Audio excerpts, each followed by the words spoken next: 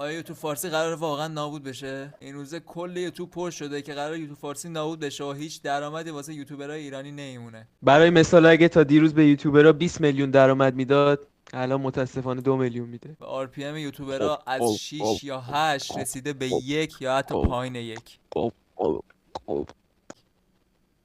اما یوتیوبرهای فارسی که تو این کامیونیتی هستن هیچ وقت یوتیوب فارسی رو ترک نمیکنن، فقط احتمالش اینه که سطح کانتنت ها یه ذره بیاد پایین. اما ما هیچ وقت این کار نمیکنیم و با همون کیفیتی که قبلا محتوا میساختیم بازم محتوامون رو پیش میبریم. ولی به نظرتون یوتیوب فارسی قرار درست بشه یا نه با همین درآمدا یوتیوبرها ادامه بدن؟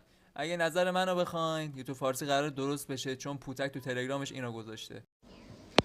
یوتیوبرهای زیبا لاچه خارج، همه اونایی که تو ایرانن این همه ویدیوهای خفن میسازید، خواستم بگم اصلا نگران نباشید بچه، مطمئن باشید تو دسامبر این قضیه یوتیوب حل میشه.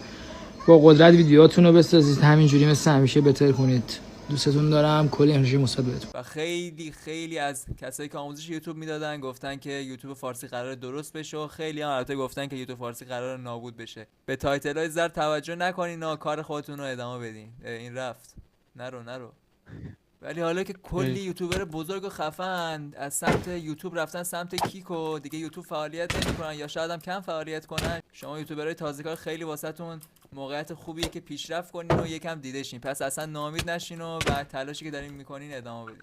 کلم گیر کرده. تو این روزا اصلا به اینجور پیجایی که حواشی یوتیوب و اینجور چیزا میذارن الکی میخوان شما رو ناامید کنن، گوش ندین. شما همون فعالیتتون رو این قبل حتی قوی‌تر از قبل ادامه بدین که شاید تو این موقعیتی که یوتیوبرهای خفن و بزرگ رفتن سمت استریم و کیک، لااقل بتونین شما بالا بیاین. ولی خب تو این شرایط شما باید خیلی حمایتتون از کانتنت کریتورها بیشتر بکنین تا با اینکه درآمدشون کمه ولی دارن واسه شما ویدیو میذارن و خاک تو سرت کن کریتیو مود آوردیم اون پایین حساب دمت گرم.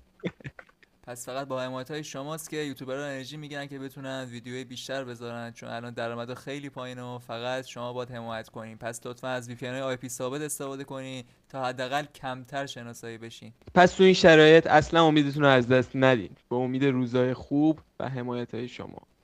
خداحافظ.